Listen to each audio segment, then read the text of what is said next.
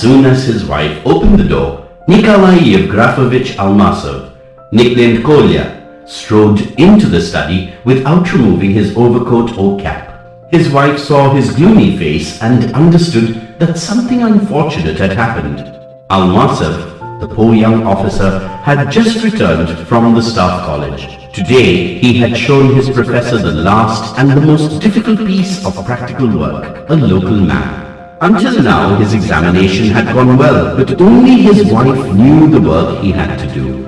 From the beginning, his entrance into the college had seemed impossible. For 2 years, he had tried to get through the examination, and it was only at the third attempt that he had succeeded. Without his wife, he would never have found enough energy and would have given up. But Vera helped to keep his spirits high. She had learned to meet every failure with a clear, almost gay countenance. She had gone without any luxuries in order to surround him with the modest comfort which was necessary for a man who was doing brain work. She copied his papers, drew his plan, read for him, and was generally of great help.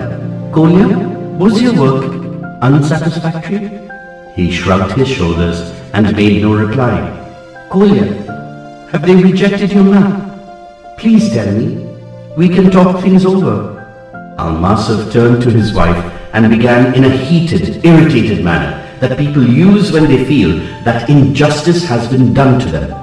Well, if you wish to know, they rejected it. Angry, he kicked the case containing the plans. All this rubbish may be thrown into the fire now. This is the end of college for me. In a month, I shall be back in the regiment and in disgrace too.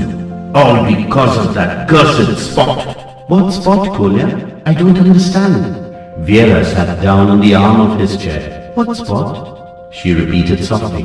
Oh, that ordinary spot of green. You know how I worked until 3 o'clock last night to get the map finished? The plan is well drawn and colored. They all say that. Well, as I was sitting last night, completely exhausted, my hand trembled and I made a spot on it. Such a thick spot. I tried to rub it off and made it worse. I sat thinking and wondering what to do, and then I thought I would draw a clump of bushes over the spot. It looked very fine when it was done. The spot was quite covered. I took it to the professor today. Ah, yes, he said. How did you get these bushes here? I should have told him there and then how it had happened. He might only have laughed. But I said to him, but there is a clump of bushes there. No, he replied. I know the place very well as the palm of my own hand. There are no bushes there. There were a good many officers present and a long discussion followed. The professor said, if you are so sure of the clump, we must ride over tomorrow and inspect the place. I will show you that you were either very careless or drew the plan from a map. But why is he so sure that there is no clump of bushes there? Vera asked. Because for 20 years he has known that place better than his own bedroom, and because he knows his subject better than anyone else in the world. In the end, they will all know that I lied. Husband and wife sat silently thinking. Suddenly, Vera exclaimed, Kolya, I have an idea. We must go this minute. Get ready quickly. Kolya frowned. Don't do anything foolish, please. I'm not going to do anything foolish, Vera said, stamping her foot. I don't ask you to go and apologize, but if those stupid bushes are not there, we must go and plant some at once. Plant bushes? Almasov opened his eyes wide. Yes, plant them. If you told a lie, we must put it right. Get ready, quickly. Give me my hat and coat, and my umbrella.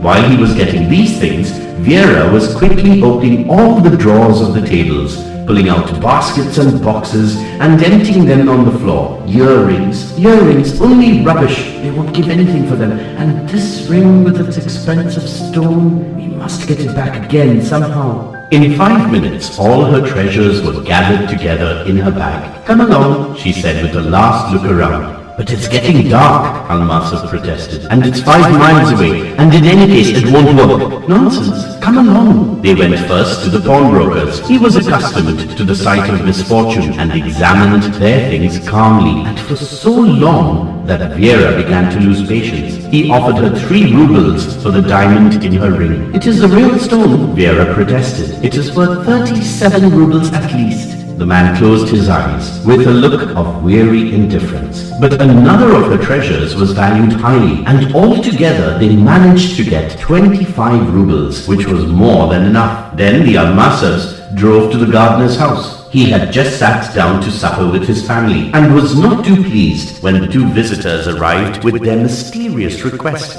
"I'm sorry," he said, "but I can't send laborers out so late at night and so far. If tomorrow will do, then I am at your service."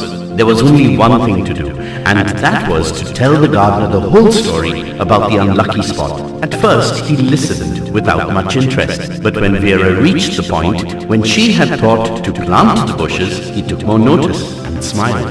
"Well, there is nothing else to be done," he said when she had finished. "What kind of bushes do you want to plant?" They decided on a clump of lilac. Almasov tried to persuade Vera to return home, but she was determined to accompany him.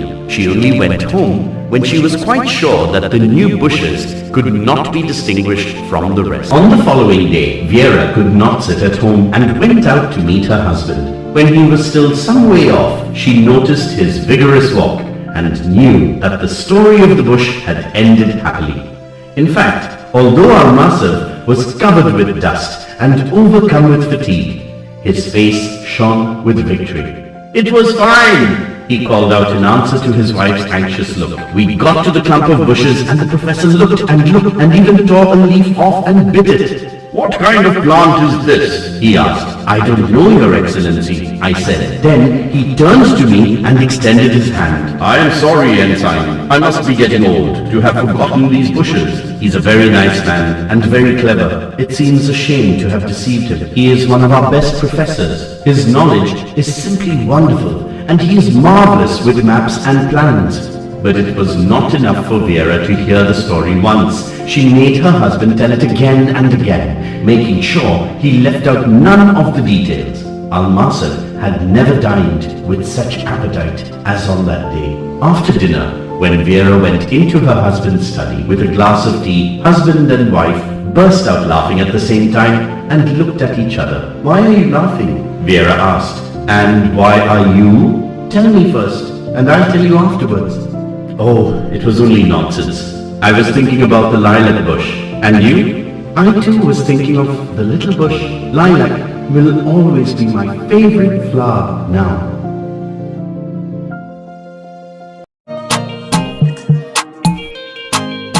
Thanks for watching. Please do subscribe to our channel.